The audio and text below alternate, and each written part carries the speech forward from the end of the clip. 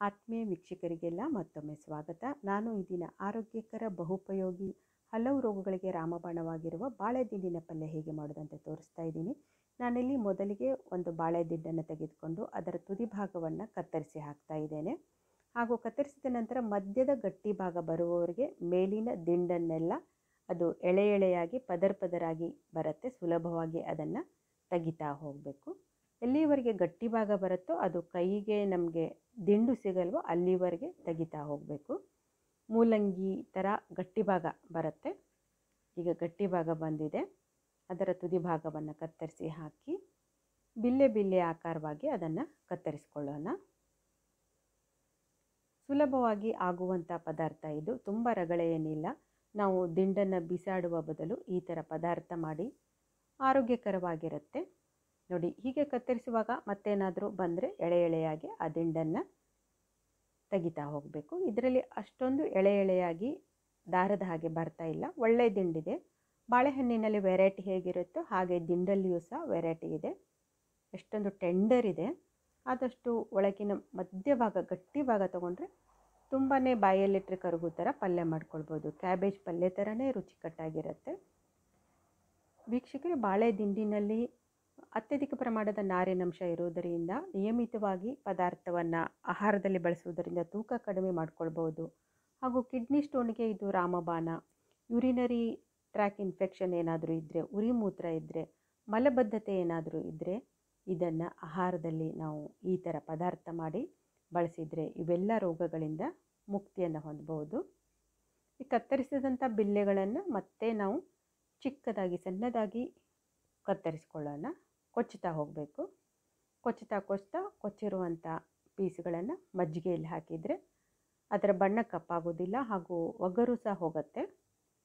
ವೀಕ್ಷಕರು, ಯಾರು ನನ್ನ ಚಾನಲನ್ನು ಮೊದಲ ಬಾರಿ ನೋಡ್ತಾ ಇದ್ದೀರೋ ಚಾನಲ್ಗೆ ಸಬ್ಸ್ಕ್ರೈಬ್ ಆಗಿ, ಹಾಗೆ ಬಾಳೆ ದಿಂಡಿನ ಪಲ್ಯ ಇಷ್ಟ ಆದರೆ ಒಂದು ಲೈಕ್ ಸಹ ಮಾಡಿ. ಈ ಬಾಳೆ ದಿಂಡಿನ ಪಲ್ಯವನ್ನು ಚಪಾತಿ ಜೊತೆಗೆ, ಜೋಳದ ರೊಟ್ಟಿ ಜೊತೆ, ಅನ್ನದ ಜೊತೆ ಇದು ತುಂಬಾ ಚೆನ್ನಾಗಿರುತ್ತೆ. ಸೂಪರ್ ಆಗಿರುತ್ತೆ ಮತ್ತು ತುಂಬಾ ಬೇಗ ಆಗುವಂಥದ್ದು. ಈಗ ಒಂದು ಸರಿ ಮಜ್ಜಿಗೆಯಿಂದ ಸೋಸ್ಕೊಳ್ಳೋಣ. ಸೋಸ್ಕೊಳ್ಳೋಕ್ಕಿಂತ ಮೊದಲು ಒಂದು ಸ್ಪೂನನ್ನು ತೆಗೆದುಕೊಂಡು ಈ ಥರ ತಿರುಗಿಸಿದರೆ ಅದರಲ್ಲಿ ಏನಾದರೂ ನಾರಿನಂಶ ಇದ್ದರೆ ಅದು ಅಂಟಿಕೊಳ್ಳುತ್ತೆ. ಇದರಲ್ಲಿ ನನಗೆ ಯಾವುದೋ ದಾರದ ಹಾಗೆ ಬರ್ತಾ ಇಲ್ಲ. ಒಳ್ಳೆಯ ದಿಂಡಿದೆ ಇದು. ಈಗ ಮಜ್ಜಿಗೆಯನ್ನು ಸೋಸಿಸ್ಕೊಂಡು ಒಗ್ಗರಣೆ ಮಾಡ್ಕೊಳ್ಳೋಣ. ಇದರ ಮೇಲೆ ಸ್ವಲ್ಪ ಒಂದು ಅರ್ಧ ಲೋಟ ನೀರು ಹಾಕಿದರೆ ಮಜ್ಜಿಗೆ ವಾಸನೆ ಏನಾದರೂ ಇದ್ದರೆ ಹೋಗುತ್ತೆ. ಒಗ್ಗರಣೆಗೆ 1 ಟೇಬಲ್ ಸ್ಪೂನ್ ಎಣ್ಣೆ ಬೇಕಾಗತ್ತೆ. ಹಾಗೂ ಗ್ಯಾಸ್ ಸ್ಟವನ್ನು ಆನ್ ಮಾಡಿಕೊಂಡು ನಾನಿಲ್ಲಿ ಬಾಣಲೆಯನ್ನು ಇಟ್ಟಿದ್ದೇನೆ. ಎಣ್ಣೆ ಕಾಯ್ತಾ ಇದ್ದಾಗೇ ಸಾಸಿವೆ, ಜೀರಿಗೆ, 1 ಟೀ ಸ್ಪೂನ್ ಉದ್ದಿನಬೇಳೆ, 1 ಟೀ ಸ್ಪೂನ್ ಕಡಲೆಬೇಳೆ, ಒಗ್ಗರಣೆ ನಾವು ಕ್ಯಾಬೇಜ್ ಪಲ್ಯಗೆ ಹೇಗೆ ಒಗ್ಗರಣೆ ಮಾಡ್ಕೊಳ್ತೇವೋ ಅದೇ ಥರ ಒಗ್ಗರಣೆ ಮಾಡ್ಕೊಳ್ಬೋದು. ನಾನಿಲ್ಲಿ 4-5 ಹಸಿ ಮೆಣಸಿನ್ಕಾಯಿ ತೊಗೊಂಡಿದ್ದೇನೆ. ಸ್ವಲ್ಪ ಉದ್ದಿನಬೇಳೆ, ಕಡಲೆಬೇಳೆ ಕಂದು ಬಣ್ಣ ಬರುವವರೆಗೂ ಕಂಪು ವಾಸನೆ ಬರಬೇಕು. ಹಸಿಮೆಣಸು ಮತ್ತು ಕೊತ್ತಂಬರಿ ಸೊಪ್ಪನ್ನು ಹಾಕ್ಕೊಳ್ತಾ ಇದ್ದೇನೆ. ನಿಮಗೆ ಹಸಿಮೆಣಸು ಆಗದೇ ಇದ್ದರೆ ಒಣಮೆಣಸಿನ್ಕಾಯಿ ಹಾಕ್ಕೊಳ್ಳಿ, ಅಥವಾ ನಿಮ್ಗೆ ಯಾವುದೇ ಸಾಂಬಾರು ಪುಡಿ, ಮಸಾಲೆ ಖಾರದ ಪುಡಿ ಇದ್ದರೆ ಹಾಕ್ಕೊಳ್ಳಿ. ನೀವು ಗ್ರೇವಿ ಥರ ಸಹ ಮಾಡ್ಕೊಳ್ಬೋದು. ನಾನಿಲ್ಲಿ ಉದುರುದುರಾಗಿ ಮಾಡ್ಕೊಳ್ತಾ ಇದ್ದೇನೆ. ನಾನಿಲ್ಲಿ 1/4 ಬಟ್ಟಲದಷ್ಟು ಹೆಸರುಬೇಳೆಯನ್ನು ನೆನೆಸಿಟ್ಕೊಂಡಿದ್ದೇನೆ. ಹೆಸರುಬೇಳೆ ಸೇರಿಸ್ತಾ ಇದ್ದೇನೆ. ನಿಮಗೆ ಹೆಸರುಬೇಳೆ ಆಪ್ಷನಲ್, ನೀವು ಕಾಯಿ ತುರಿ ಸಹ ಹಾಕ್ಕೊಳ್ಬೋದು.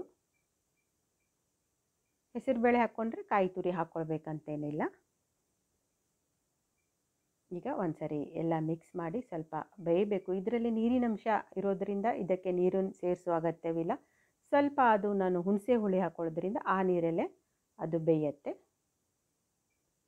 ಸ್ವಲ್ಪ ಬೆಲ್ಲ, ಅರಿಶಿನ ಪುಡಿ, ರುಚಿಗೆ ತಕ್ಕಷ್ಟು ಉಪ್ಪನ್ನು ಹಾಕಿದರೆ ಸಾಕು.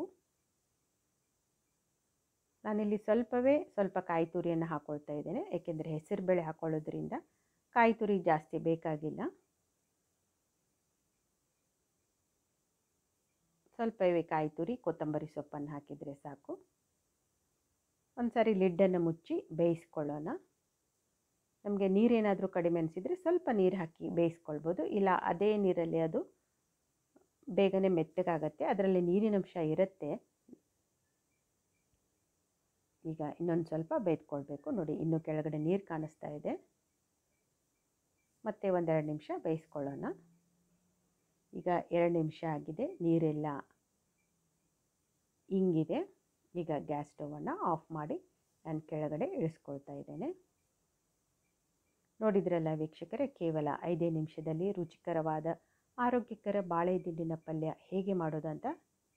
ನಿಮಗೇನಾದರೂ ಈ ರೆಸಿಪಿ ಇಷ್ಟ ಆದರೆ ನಿಮ್ಮ ಅನಿಸಿಕೆಗಳನ್ನು ನನಗೆ ಕಮೆಂಟ್ ಮೂಲಕ ದಯವಿಟ್ಟು ತಿಳಿಸಿ. ಈ ನನ್ನ ವಿಡಿಯೋ ನೋಡಿದ್ದಕ್ಕಾಗಿ ಧನ್ಯವಾದಗಳು.